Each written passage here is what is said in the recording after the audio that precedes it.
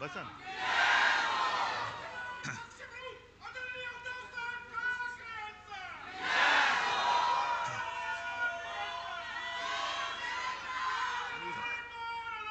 अरे बसा ना, बसा रे, बसा ना.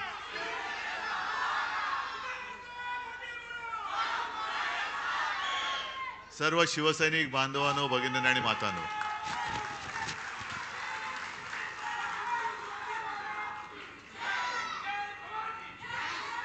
मला असं वाटतं की भाषण करूच नये आणि केवळ घोषणांचाच कार्यक्रम करूया.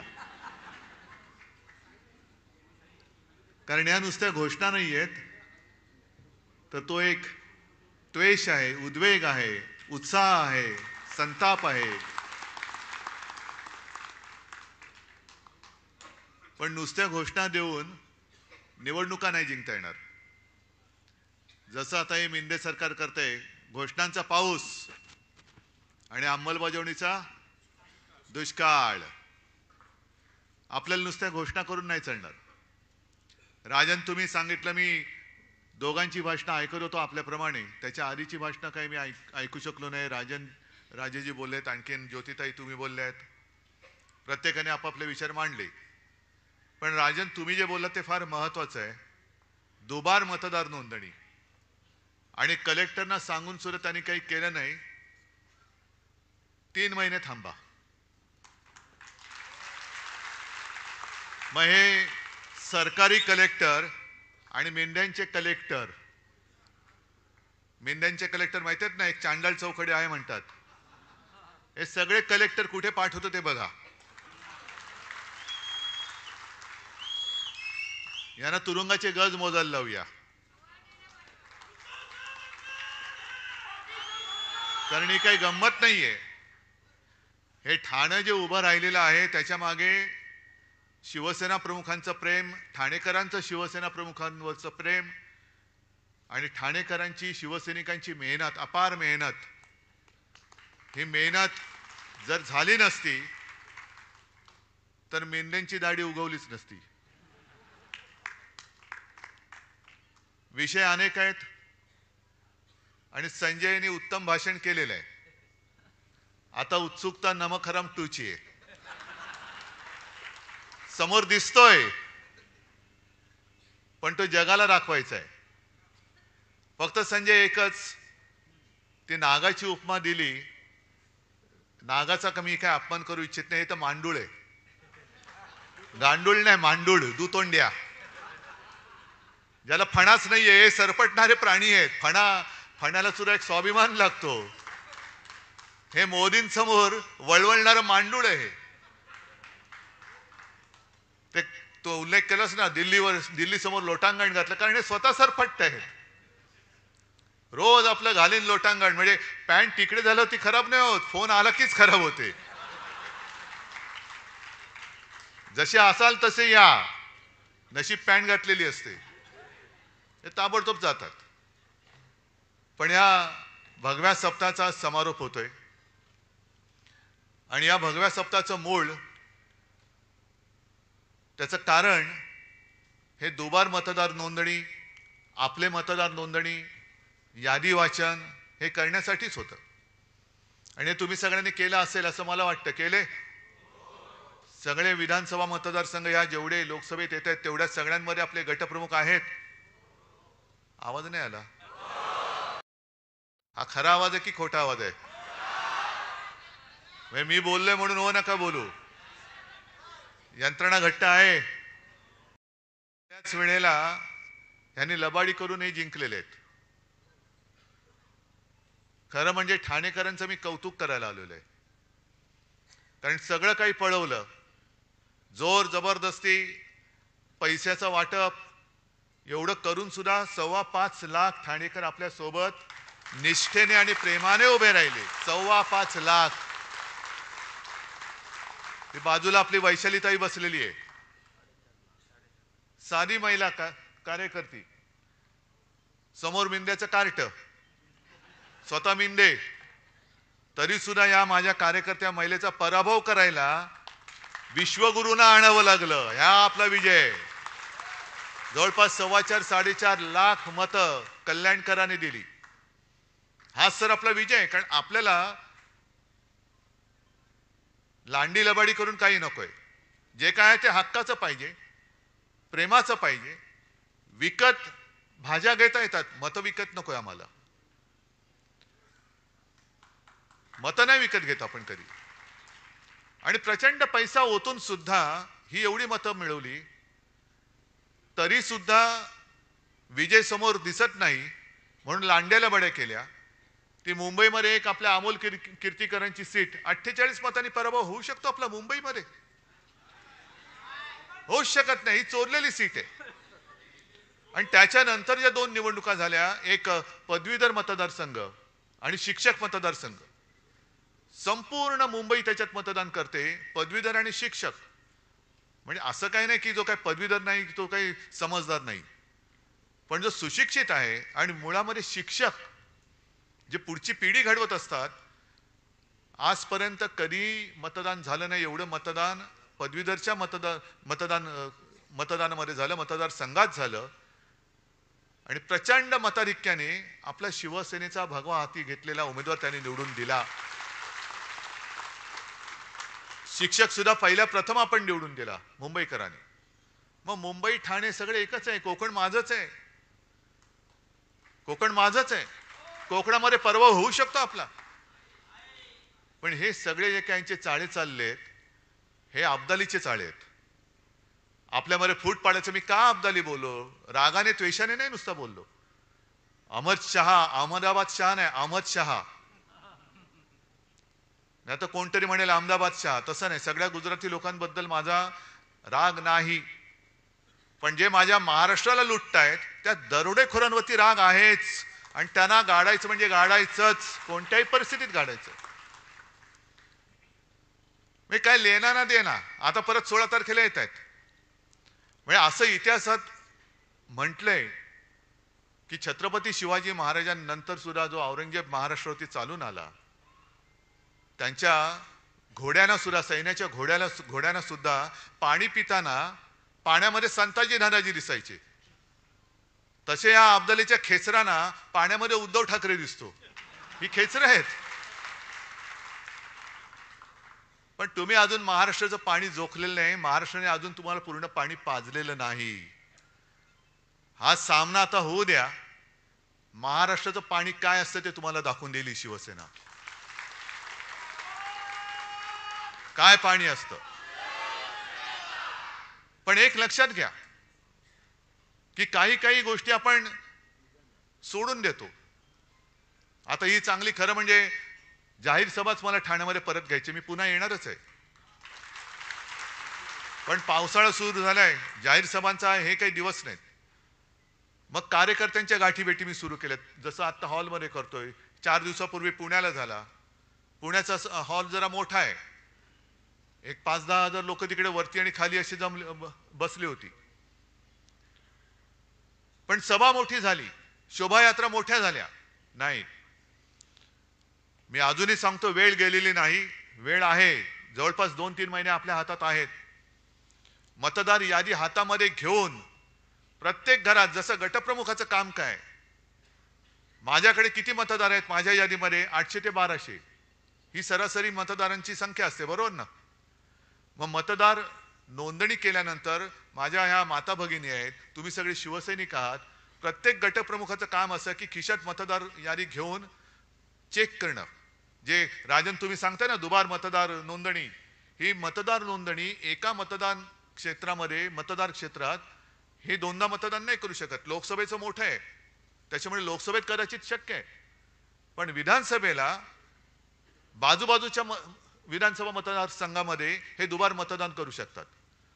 जर प्रत्येक गटप्रमुखांनी आपल्या यादीपुरताच मतदारसंघ आहे माझा. ठाण्याचा मतदारसंघ शहराचा किती आहे? असेल 5 लाख. पण माझ्याकडे जबाबदारी ह्या 1200 मतदारांची आहे. म्हणजे 1200 मतदार खरे आहेत की खोटे आहेत? आणखीन कोण नवीन घुसलेत का? जे जुने होते ते बरोबर जागेवर आहेत का? आणि मतदानाच्या दिवशी सुद्धा मतदान केंद्रापर्यंत त्यांना नेण्याची जबाबदारी ही आपण जर का घेतली आणि त्यांना मतदान केंद्रापर्यंत नेलं तर मला असं वाटतं किती पैसा होतो द्या, किती योजना होतो द्या, आपला विजय झाल्याशिवाय राहणार नाही. फक्त त्याच्यात तुम्ही गफलत करू नका. हे थोडंसं तुम्हाला मी वेगळं सांगतोय, कारण संजयनी चांगलं जे काय सांगायचं सांगितलंय, पण संघटनात्मक जे काम आहे म्हणून तर त्याला संघटना म्हणतात. नुसता काहीतरी जमाव आला तर फटाके फोडेल, नाही तर हिंसाचार करेल, पण तसा जमाव नकोय मला. मला संघटनात्मक काम करणारे माझे सैनिक जे आहेत हे माझं सैन्य आहे. म्हणून मध्ये मी जे बोललो ना मुनगट्टीवारना, की अरे तुम्ही माझा पक्ष चोरलात, सगळं चिन्ह चोरलं, सगळं चोरलं, तेही कमी पडतंय म्हणून तुम्ही लंडनला जाऊन वाघनखं घेऊन आलात. पण आता वाघनखं आणि मुनगट्टीवार काहीच जुळत नाही, काहीच जुळत नाही. पण ही वाघनखं तुम्ही जी म्युझियम मध्ये ठेवलेत ती कदाचित एक प्रतीक म्हणून ठीक आहे. त्याच वाघनखाने अफजल खानाचा कोथळा काढला असेल किंवा नसेल ह्याचा काही पुरावा नाही असं त्या म्युझियमनी सुद्धा म्हटलेलं आहे. पण महाराज शिवकालीन ते हत्यार आहे, छत्रपती शिवाजी महाराजांनी ते वापरलं होतं, म्हणून त्या वाघनखांबद्दल आम्हाला आदर आहेच. पण आत्ताच्या काळातली वाघनखं ही आहेत जे माझे सैनिक आहेत, ही वाघनखं आहेत. आणि म्हणून मी अब्दालीला घाबरत नाही. येऊच दे. ज्या ज्या वेळेला महाराष्ट्रावरती संकट आलं तेव्हा जे महाराष्ट्राने एक तेज दाखवलं ते तेज पुन्हा दाखवण्याची वेळ आलेली आहे. आता सुद्धा यांच्या ज्या काही योजना आहेत, 1500 रुपये देत आहेत. अहो 15 लाख देणार होतो तुम्ही, 15 लाखाचे 1500 का झाले? प्रत्येकाच्या खात्यामध्ये भाई और बहनों, जो विदेश में पैसा पड़ा है ना, तो सगळा आणला तर तुमच्या खात्यामध्ये 15-15 लाख रुपये असेच येतील. मग त्या 15 लाखाचे 1500 का केलेत? वरची शून्य कोणाच्या खिशात गेली? मिंढ्याच्या. कारण जाऊ तिथे खाऊ हा यांचा धंदा आहे. आज सुद्धा ठाण्यामध्ये ती जी एक योजना आणतात क्लस्टर, चांगली योजना, चांगली आहे. त्या घरांना, तिथल्या लोकांना घरं मिळाली पाहिजेत. पण टांगावा काय करायचा, देखावा काय करायचा की सरकारी योजना आहेच, कंपनी सरकारची आहे, महाप्रीत. पण यांची महाप्रीत यांच्या लाडक्या कॉन्ट्रॅक्टरवरती आहे, लोकांवरती नाहीये. ही जी प्रीती आहे त्यांची, म्हणजे प्रेम आहे, ते कॉन्ट्रॅक्टरसाठी आहे. आणि कॉन्ट्रॅक्टरना ठरवून हे स्त्रियांचे धंदे अनेक वर्ष चाललेले आहेत. जे कॉन्ट्रॅक्टर ठरवणार त्यांनीच टेंडर भरायचं. आता सुद्धा तुम्ही महापालिकेत जाऊन विचारा, ठरलेल्या कॉन्ट्रॅक्टरनाच कामं दिली जातात, दुसऱ्या कोणालाही काम दारामध्ये सुद्धा उभं केलं जात नाही. ही ठाण्याची परिस्थिती आहे. आणि ठाण्याची परिस्थिती महापालिकेची एवढी वाईट झालेली आहे.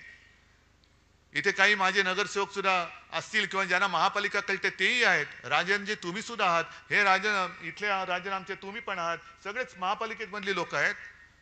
ठाणे महापालिकेला कर्जाचे डोहाळे लागलेत, कर्जबाजारी होते. कोणी केली कर्जबाजारी? कुठे गेले पैसे? संपूर्ण जिल्ह्यामध्ये रस्त्यांवरती खड्डे, राज्यभर खड्डे, खड्डेच खड्डे. म्हणजे सगळीकडे खड्डे पाडून वरती आमच्यावरती बोट दाखवली जात आहेत. ह्यानी घोटाळा केला, ह्यानी घोटाळा केला. अरे 3 महिने थांबा. तुमची सगळी जी काही मित्र परिवार आहे, होय मित्र परिवार आहे, तो आम्ही उघडा केल्याशिवाय राहणार नाही. हे आज त्यांना मी इशारा देतोय. तुम्ही करा. तुम्हाला जर वाटत असेल की तुम्ही घोटाळे करताय पण आमचं लक्ष नाही, आमच्याकडे, आम्ही सुद्धा 2.5 वर्ष मी स्वतः मुख्यमंत्री होतो. गेल्या अनेक वर्ष महापालिका ही शिवसेनेच्या ताब्यात आणि याही पुढे राहणार आहे. ठाणा काय, मुंबई काय, इतर सुद्धा. त्याच्यामध्ये त्या महापालिकेमध्ये सुद्धा जी काही लोक अधिकारी आहेत, ज्यांना जनतेबद्दल प्रेम आहेत, ते बरोबर माहिती आमच्याकडे देत असतात. हे जरा निवडणूक होऊ द्या, मग बघा आम्ही काय करतो ते. जरा होऊ द्या. पण सगळीकडे वाट लावून टाकतायत. आणि म्हणून मी तुम्हाला एक प्रश्न विचारतोय की तुम्हाला आपल्या राज्याचं मंत्रालय मुंबईत हवंय का अहमदाबादमध्ये? आपल्या राज्याचा कारभार मुंबईतून चालला पाहिजे का दिल्ली का अहमदाबाद मधून? लोकसभेची निवडणूक होती, ती देशाच्या लोकशाहीचा गळा घोटणारी एक निवडणूक होती. जर आता आहे शेपटावरती निभावलंय अब्दालीच्या, आता बरचसं आपण आटोक्यात आणलेलं आहे. आता मनमानी नाही करू शकत ती लोक. पण तशीच ही लढाई, म्हणजे लोकशाहीच्या शत्रूशी लढाई ही आपल्या लोकसभेची होती, तशीच ही येणाऱ्या विधानसभेची लढाई शिवसेना विरुद्ध गाडले गेलेच पाहिजेत. पण महाराष्ट्र द्वेष्ट्यांबरोबर आपली लढाई होणार आहे. महाराष्ट्र द्वेष्टे जे माझ्या फिकेला लावू पाहत आहेत, म्हणजे मराठी माणूस कसा ताठ पाण्याने उभा राहिला नाही, ताठ पाण्याने उभा नाही राहायचं, हातात भिकेचा कटोरा घे आणि मोदींसमोर खाली मान घालून उभे राहा, हे नाही सहन करणार. हे नाही आम्हाला शिवरायांनी शिकवलं ना, आमच्या शिवसेना प्रमुखांनी शिकवले. हे बाळासाहेबांचे विचार असूच शकत नाही. महाराष्ट्राची वाताहत झाली तरी चालेल, पण तिकडे दिल्लीमध्ये जाऊन लोटांगण घाल, हे बाळासाहेबांचे विचार नाहीत. आणि ह्या विचारांचे जे कोणी तोते असतील, या तोत्यांची वळवळ ही या निवडणुकीत आपल्याला पूर्ण थांबवावीच लागेल, पूर्ण थांबवावी लागेल. हे जे काय यांचं सगळं चाललेलं आहे, सगळं जे येते ते गुजरात, येते ते गुजरात. आज सुद्धा मी ऐकतोय, अजून ते मला कन्फर्म करायचं, आणखीन एक मोठा प्रकल्प हा गुजरातमध्ये गेलाय. म्हणजे आम्हाला तुम्ही भीक देताय, माता भगिनींना 1500 रुपये भीक देताय तुम्ही आम्हाला. मुलाबाळांनी काय करायचं? आम्हाला हक्काचं पाहिजे. शेतकरी सुद्धा त्याच्या हक्काचं मागतोय, भीक नाही मागत. मी सुद्धा ग्रामीण भागात फिरतो, तुम्ही सुद्धा ग्रामीण भागात फिरत असाल, जा शेतकऱ्याला विचार, तुला घर बसल्या फुकटचे पैसे पाहिजेत का तुला तुझ्या कष्टाचे पाहिजेत? शेतकरी सांगेल मी स्वाभिमानी आहे, मला कष्टाचा पैसा पाहिजे, त्याच्या पलीकडे मला एक सुद्धा भिकेचा पैसा नकोय. म्हणजे आमचे हक्क मारून टाकायचे, स्वाभिमान मारून टाकायचा आणि कोपराला गुळ लावायचा. ज्या वेळेला एका पाठोपाठ एक प्रकल्प गुजरातमध्ये चालले होते, तेव्हा हेच मिंदे बोलले होते, काळजी करू नका, मोदीजी बोलले ह्याच्यावर मोठा प्रकल्प तुम्हाला देतो. किती मोठा प्रकल्प दिला? आला? एक सुद्धा प्रकल्प नाहीये. अजून सुद्धा शेतकरी आत्महत्या करतच आहेत, बेकारांचे लोंढे फिरतातच आहेत. आणि जी लाडकी बहीण योजना काढले, ही मी एका म्हणजे संभाजीनगरमध्येच एका शेतात उतरलो, शेतकरी आले सगळे, दादा तुम्ही आमच्यासाठी देव आहात. म्हटलं जाऊ रे बाबा, मी देवबिव नाही, मी तुमच्यासारखाच आहे ना, तुम्ही आमचं कर्ज माफ केलं. म्हटलं ठीक आहे, आशीर्वाद असू द्या. मग तिकडे काही महिला शेतात काम करत होत्या. म्हटलं काय ताई, खुश आहात ना? ती काम करत होती बिचारी. तुला का? म्हटलं नाही, 1500 रुपये मिळत आहेत. तुला काय 1500ने घर चालतंय वय? 1500ने काय होते? बाजूला तिचा छोटा पोरगा होता, 1500 रुपयात मला म्हणाली की ह्याच्या शाळेची सोय होते. म्हटलं कुठल्या शाळेत जातोय? तुला ऍडमिशन घ्यायला पैसे नाही आहेत, 1500 रुपये घेऊन करू काय? कोणाच्या उरावर घालू? पण एक समाधान मला वाटलं की माझ्यासोबत सगळे अंबादास दानवे आणि संभाजीनगरचे कार्यकर्ते होते. त्यांच्या मुलाला एका शाळेत ऍडमिशन मिळवून दिली, त्याच्या शिक्षणाची सोय केली, ह्याचं मला समाधान आहे. पण अशी कितीतरी मुलं राज्यभर आहेत. काय 1500 रुपयाने काय होणार आहे? वह्या पुस्तकं येणार आहेत? ज्या पुस्तकावरती सुद्धा जीएसटी लावलाय, शिक्षणावरती जीएसटी आहे. आता तर कर म्हणजे आयुर्विम्यावरती जीएसटी. म्हणजे विम्याची जाहिरात आहे ना, जिंदगी के साथ भी जिंदगी के बाद भी, म्हणजे जिंदगी के बाद भी जीएसटी. कशासाठी भरायचा? कोणाच्या खिशात जाणार? म्हणजे सगळीकडे वरपासून खालपर्यंत हे सगळं बरबटलेलं सरकार. ठाण्यातले भूखंड खात आहेत, मुंबईतले खात आहेत, अयोध्येमधले खात आहेत. अयोध्येमध्ये सुद्धा एक आदर्श घोटाळा झालाय. आदर्श म्हणजे चांगला नाही, जसा इकडे आदर्श घोटाळा झाला मुंबईमध्ये. सैन्य दलाची जमीन खाल्ली. कोणी खाल्ली? कुठून आला? कुठून? म्हणजे आमच्या हातामध्ये घंटा, जय श्रीराम वाजव घंटा, आणि लोढा बसला तिकडे टॉवर बांधून. याच्यासाठी आम्हाला राम मंदिर पाहिजे होतं, याच्यासाठी तुम्ही आम्हाला लढवलात, याच्यासाठी कारसेवकांनी बळी दिले. कारसेवकांनी रक्त कशाला सांडलं? लोढाचं टॉवर बांधायला. लोढाला टॉवर बांधून देण्यासाठी म्हणून कारसेवकांनी रक्त नाही सांडलेलं. तुम्ही जे गारूड टाकलं होतं, वातावरण केलं होतं, राम मंदिर, मंदिर वही बनाएंगे, मंदिर वही बनाएंगे, बनलं मंदिर.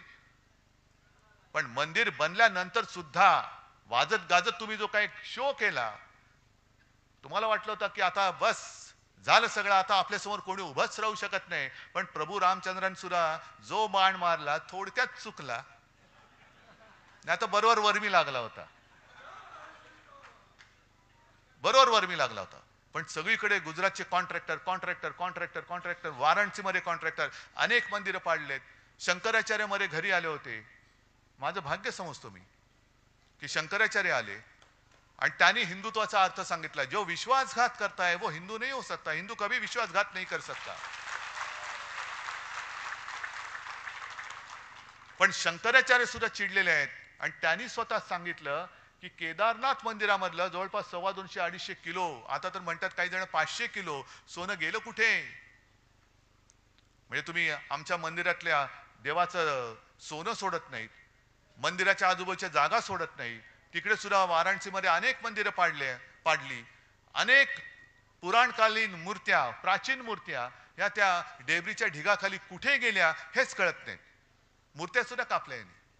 हे तुमचं हिंदुत्व आणि तुम्ही आमच्या अंगावर येता. सगळं भ्रष्टाचाराने बरबटलेली माणसं त्या अयोध्येमधली जमीन लोढा खातोय, रामदेव बाबा खातोय, सगळे खात आहेत. आणि आम्ही आपले जय श्रीराम जय श्रीराम आणि हे विचारणार केम छो. मला एका गोष्टीचा अभिमान आहे. मी तेव्हा म्हटलं होतं आम्हाला प्रभू श्रीराम पाहिजे, पण मला भाजप मुक्त राम पाहिजे. तो भाजप मुक्त राम अयोध्येवासियांनी करून दाखवला.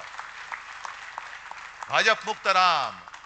आपण काळाराम मंदिरात गेलो होतो, हे अयोध्येमध्ये गेले, पण हाच रामाचा एक रामाने जो निर्णय दिलाय की हे जो नाही कामाचा तो नाही रामाचा. हे बिनकामाची लोक आहेत. मी उलट म्हणतो, जो नाही कामाचा तो नाही रामाचा. पण जाऊ तिथे खाऊ हे यालाच म्हणतात. ही सगळी यांची जी काय पाप आहेत काढायला गेलो तर अरबियन नाईट सारखे एक रात्री किती, म्हणजे ह्यांच्या रात्री वेगळ्या, पण यांनी केलेली पाप सांगण्यासाठी जितके दिवस लागतील ते कमी पडतील. आणि म्हणूनच ह्यांची पाप जी आहेत ती आता येत्या काही दिवसात उघडी करावीच लागतील. झाल्यात सगळ्या पक्षांनी यात्रा सुरू केल्यात. द्या पाठवून द्या ना सगळ्यांना, तीर्थयात्रेला पाठवून द्या. हे मिंदे चालले यात्रेला, जा बाबा तू पण जा. आणखीन कोण चालले? कोण गुलाबी जॅकेट घालते, कोण केशरी जॅकेट घालते, सगळे रंगपंचमी करा, पण जा तिकडे जा. आपण जे काय काम केले, अजूनही मी काल सुद्धा दिल्लीत गेल्यानंतर तिथे सुद्धा लोक भेटली. कुठेही जातो तिथे लोक भेटतात आणि सर्व जातपात धर्माचे आहेत ना. मुसलमान सुद्धा आमच्या सोबत आलेले आहेत, बौद्ध लोक सुद्धा आलेत, सगळेच आलेत, पारसी आलेत, ख्रिश्चन्स आलेत. आणि सगळ्यांचं म्हणणं एकच, उद्धव जी आपने जो कोरोना समय में काम किया हम बोल नहीं सकते. आम्ही विसरू शकत नाही तुम्ही जे काय केलं. खरं मी एकटा नव्हतो, तुम्ही सगळे सोबत होतात, संपूर्ण यंत्रणा होती. आणि जे मी सांगत गेलो ते तुम्ही ऐकत गेलात, म्हणून आपला महाराष्ट्र वाचला. गंगेमध्ये जशी प्रेतं वाहिली तशी आपल्या इकडे वाहिली नाहीत प्रेतं, वाहू दिली नाहीत. उपचाराविना कोणी गेले असं होऊ दिलं नाही. ही जी काय सगळी कामं आहेत ही सुद्धा लोकांपर्यंत पोचवा.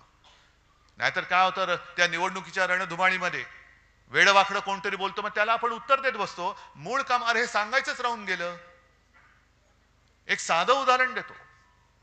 2012 साली शिवसेना प्रमुख होते, महापालिकेच्या निवडणुका आल्या आणि माझ्याकडे गोपीनाथ मुंडे आले. उद्धवजी काय करायचं काय करायचं? म्हटलं का नाही, कसं जिंकणार आपण? कठीण आहे.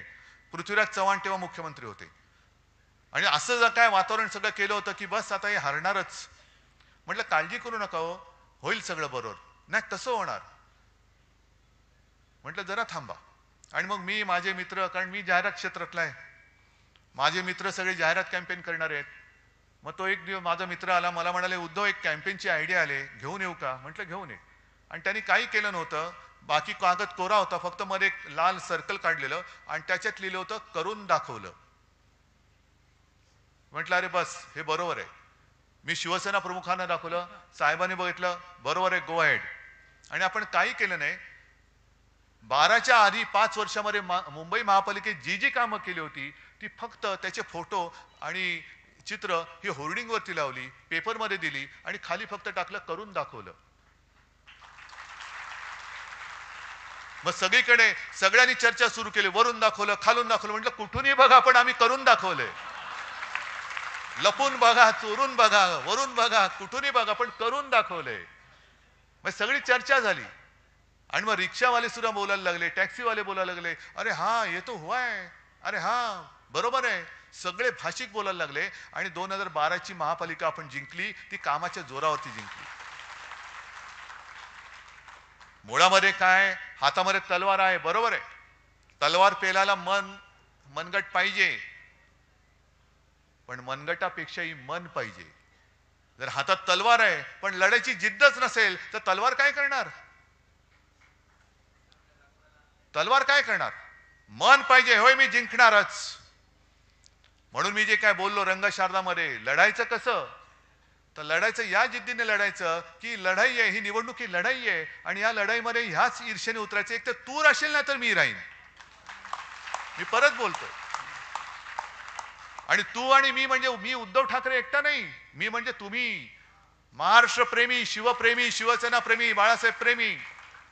आणि तू म्हणजे महाराष्ट्राला लुटायला आलेला दरोडेखोर, तू म्हणजे त्या दरोडेखोरीच्या पाय चाटणारा गद्दार मांडूळ. बा आता लोक म्हणतील हे याने एकदा ढेकून म्हणतात ना मांडूळ. अरे मी जीवप्रेमी आहेच. मी जंगल वाचवायचं काम केलं होतं.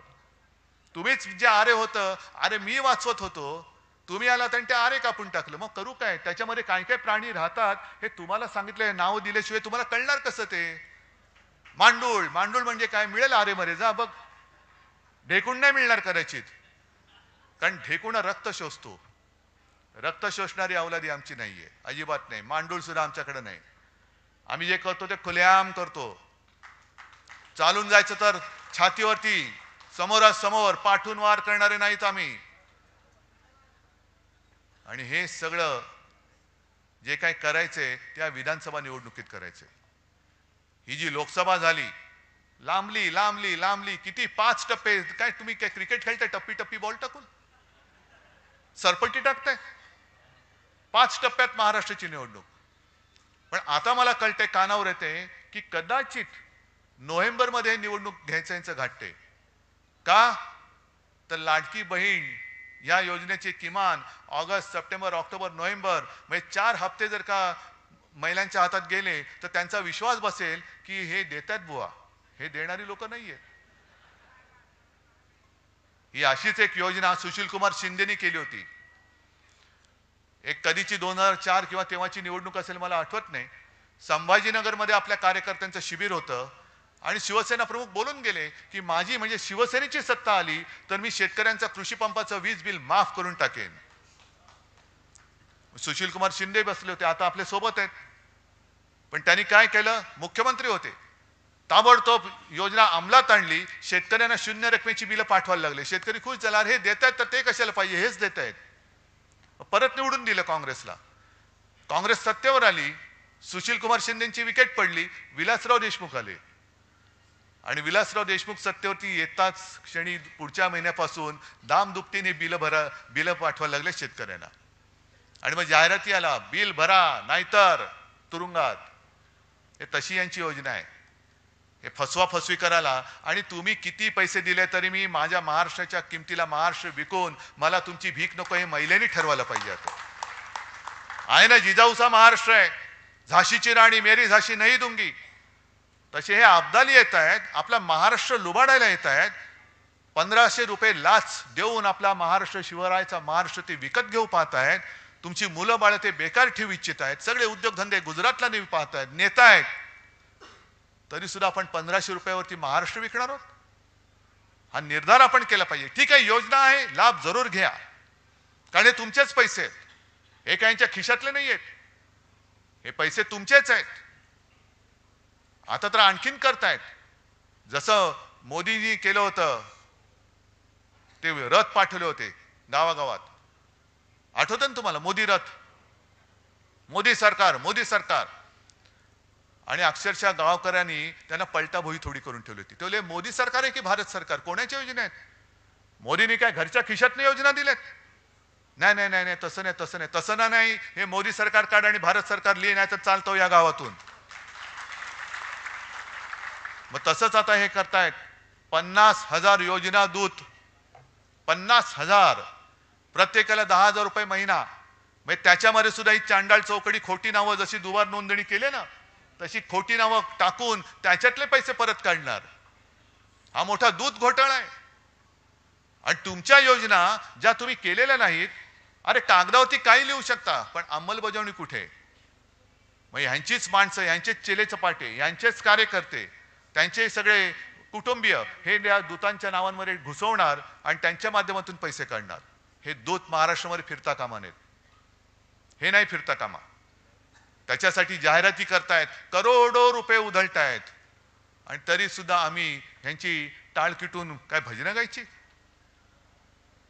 ही निवडणूक त्याच्यासाठी आहे, हा भगवा सप्ताह त्याच्यासाठी होता. मला एका गोष्टीचा अभिमान आहे, जी मी एक सूचना दिली होती, आपला भगवा हा फक्त भगवाच असला पाहिजे, त्या भगव्यावरती मला चिन्ह नको. भगवा शिवछत्रपतींचा, कुठे शिवाजी महाराजांनी चिन्ह टाकलं होतं? अरे हा शिवाजी महाराजांचा भगवा, हा यांचा भगवा, हा त्यांचा भगवा नाही. भगवा एकच, हिंदुत्वाचा भगवा, शिवाजी महाराजांचा भगवा, आणि तोच बाळासाहेबांनी आपल्या हातात दिलेला भगवा आहे. हा भगवा तर घ्यायचाच. पण दुसरी गोष्ट, जो लोकसभेच्या वेळेला आपल्याला प्रचार करायला वेळ मिळाला होता तो मशालीचा, आत्तापासून मशालीचा प्रचार करा, घराघरामध्ये आणि प्रत्येकाच्या हृदयामध्ये ही स्वाभिमानाची मशाल पेटवा. कोर्टाचा निकाल कधी लागेल सांगता येत नाही. मी अनेकदा म्हटलेलं आहे की कोर्टाकडनं न्याय मिळेल, मला खात्री आहे, मला आशा आहे. पुढच्या 5-50 वर्षामध्ये हा निकाल लागल्याशिवाय राहणार नाही. आणि हसायचं काय त्याच्यामध्ये? अरे हसताय काय? 2 वर्ष तर झाली, अपात्रतेचा निर्णय आता लागला, आता लागेल बघा 5-6 वर्षामध्ये. पण तोपर्यंत झाली, माणसं म्हातारी झाली, निवडणूक विधानसभेची टर्म संपली. तसंच माझ्या नाव आणि चिन्हाचा लागेल निकाल, पुढच्या 5-50 वर्षात, 100 वर्षात लागेल. पण तोपर्यंत आपली जी मशाल आहे, ती मशाल हीच लोकशाही गाडणाऱ्या लोकांचं बूट जाळण्यासाठी मशाल आहे. लोकशाहीची हत्या समोर होते तरी सुद्धा डोळ्याला पट्टी लावून बसणारी जी माणसं आहेत, त्यांना जरा तो लोकशाहीचा चटका काय असतो ते दाखवणारी ही मशाल आहे. त्याच्यामुळे शाखांच्या बोर्डवर असेल, अगदी भिंतीवरती असेल, सगळीकडे आता धनुष्यबाण नाही, मशाल आणि मशाल. अजूनही मला जी माणसं सांगतात की अरे उद्धवजी, आम्ही तुम्हाला मत द्यायचं म्हणून गेलो, मत दिलं, नंतर कळलं आम्ही चुकून धनुष्यबाणाला मत दिलं. हे आहे, हे नातं आहे, हे नातं आहेच किंवा होतं. पण आज चोराने आपलं धनुष्यबाण चोरलंय, चोर धनुष्यबाण घेऊन आलेला आहे, त्याला मशालीची धक काय ती आपल्याला दाखवायची. आणि म्हणून म्हणजे मी आणि म्हणून म्हणतो, आणि म्हणून असं कुंठून नाही बोलत, असं कणणं कुंठणं मला येत नाही, आपण सरळ बोलतो. आणि म्हणून ये जो है वो जो मशाल जो है वो मशाल जो है वो धनुष्यबाण जो है वो, ऐसा नाही बोलायचं, सरळ बोलणार आहे. हे पहिले सुपारी थूक तोंडातली. ये जो है जो काय है जो. आणि म्हणून हे या एक काहीतरी पोट साफ करायचं, द्या औषध, यांचं कणणं तरी साफ होईल. त्या औषध या निवडणुकीत त्यांना द्यायचंय. आणि मला माहिती आहे, हे तुम्ही औषध द्यायला सगळे हुशार आहात, देणार ना औषध. या वेळेला जो एक निसट्टा आपला पराभव झाला, या वेळेला मला ठणठणीत विजय पाहिजे. आणि या ठणठणीत विजयाची जबाबदारी मी तुमच्यावरती सोपवतो आणि तूर्त रजा घेतो. जय हिंद, जय महाराष्ट्र.